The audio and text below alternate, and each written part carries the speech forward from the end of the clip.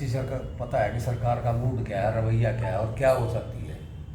मतलब सरकार ने किसी भी रूप में कर्मचारियों को, रिटायर्ड कर्मचारियों को कुछ भी देना नहीं चाहती। सही मायने में आप लोगों ने एक आंदोलन किया, कुरुक्षेत्र में आंदोलन किया,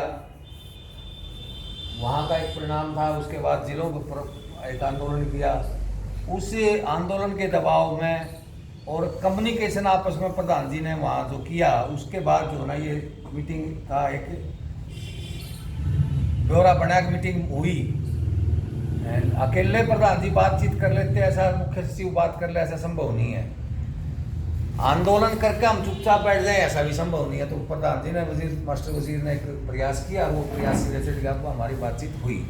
अन्यथा मुख्य सचिव से बातचीत अभी तक सर्व कर्मचारी संघ भी नहीं कर पाया। तो उसमें जो मुद्दे थे, कोई विशेष मुद्दे निकल के नहीं आए, पर मुद्दों का जो अगला प्रारूप है उसके ऊपर हमने चर्चा का विषय जरूर बना दिया सरकार के लिए। सबसे पहला जो मुद्दा था हमारा, जो मांग थी, वो ये थी कि कम्यूट की गई पेंशन का जो पीरियड है वो 15 की बजाय 10 साल पेंशन वाला इंक्रीमेंट वाला मुद्दा था कि जिसको 1 साल होगा या 6 महीने से ज़्यादा होगा उसको अनुपातिक इंक्रीमेंट दी जाए। तो इस पे तो सीधा सा जवाब था सरकार का कि मामला कोर्ट में विचाराधीन है और काफ़ी मामलों का फैसला भी हो गया।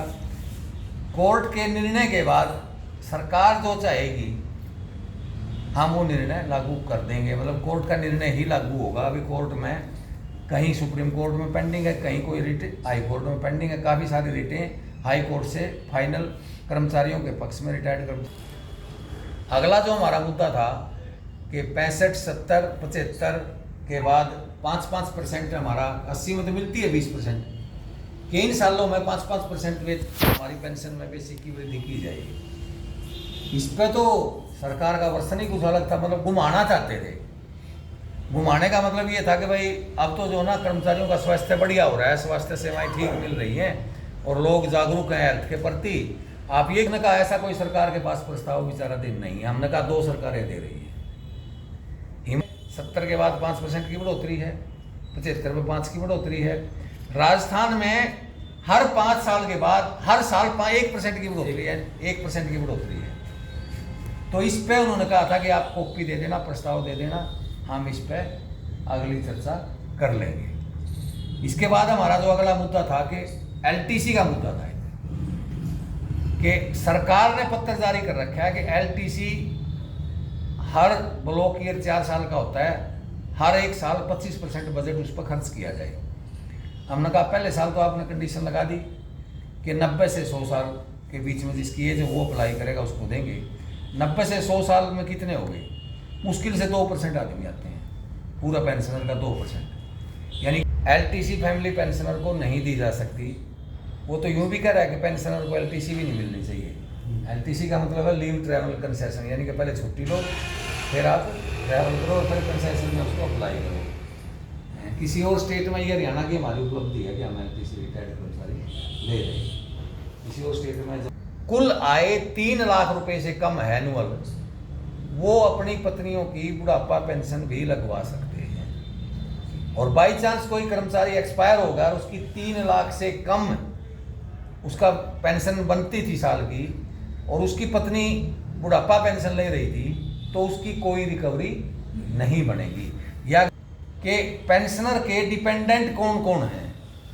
अब बहुत से केस में तो केवल मियाँ बीबी रह गए हैं, बच्चे बड़े हो गए या शादीशुदा हो गए हैं, नौकरी पर लग गए।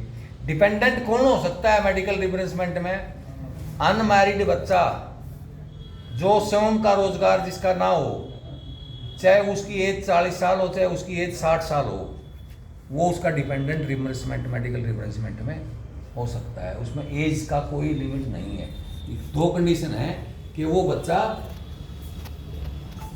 किसी रोजगार पर ना हो और वो बच्चा शादीशुदा ना हो। हमारा बिना रोजगार का बच्चा, चाहे उसकी एज कितनी है, वो उसमें अपना लिखवा सकते हैं। और उसकी पत्नी जो काम नहीं करती, 10 साल की लगभग सेवाएं थी बतौर ड्राइंग टीचर और पीटीआई। रेगुलर सर्विस जब होती है तो हर साल लीव इनकैशमेंट बनती है, उसकी छुट्टियाँ इकट्ठी होती हैं, और उसकी पेंशन का भी जो बेनिफिट होता है वो उसका जमा होता है। तो जो ग्रेचुइटी जो हमें मिलती है, लीव इनकैशमेंट और ग्रेचुइटी का पैसा 10 साल का उनका इकट्ठा हुआ है। हमने कहा कि वो पैसा उनको दिया जाना चाहिए। तो मुख्य सचिव ने जब वित्त विभाग से पूछा कि क्या ये बनता है, तो वित्त विभाग ने स्पष्ट तौर पर कहा कि हाँ ये बनता है और ये उनका देय है। तो अब हमने उनसे बात करिए कि भाई आप अपना फार्म वगैरह भरिए, आप अपने रिप्रेजेंटेशन दीजिए, आप लीव इनकैशमेंट और अपना राज्य कार्यकारिणी की जो मीटिंग हुई उसमें साथियों ने बीच में प्रस्ताव एजेंडे में भी आगे हैं कि एक तो हम 9 जुलाई को, एक तो ये तय हुआ मेंबरशिप बढ़ाएंगे ज़्यादा से ज़्यादा। मेंबरशिप के लिए सभी पदाधिकारी, वो वो ब्लॉक स्तर का है, वो जिला स्तर का है, वो राज्य स्तर का है, लगातार वो काम करे, लोगों के बीच में जाए, पर्चा आ जाएगा, पर्चा भी लेके जाना साथियों ने।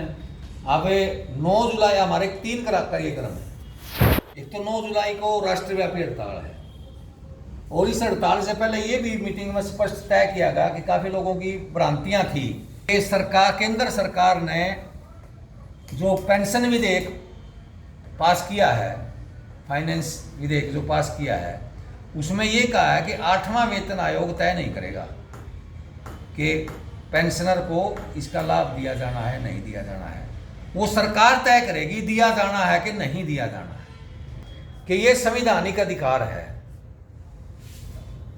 अब इस सरकार ने इस संवैधानिक अधिकार पर प्रश्न चिन्ह लगाते हुए ये सरकार की खैरात बना दिया। सरकार चाहेगी तो पेंशन मिल जाएगी, सरकार चाहेगी तो भविष्य में पेंशनर को डीए मिलेगा, नहीं तो नहीं मिलेगा। जैसे कि मैंने पहले भी हमने का लाभ बंद, तो इसलिए हमारा सबसे ज़्यादा फर्ज बनता है।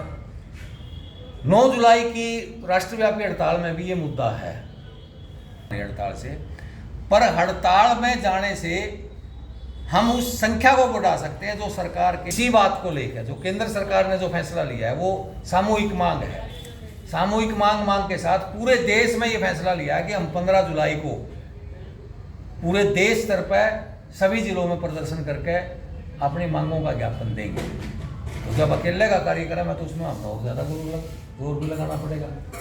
जितना जोर 9 के लिए लगाएंगे उतना जोर, उससे कहीं ज़्यादा जोर हमने 15 जुलाई की भी लगाना है। कि ये नहीं सोचते कि 15 का जोर न्यारा रहेगा, 9 का अलग रहेगा, ये दोनों में जोर लगाना है।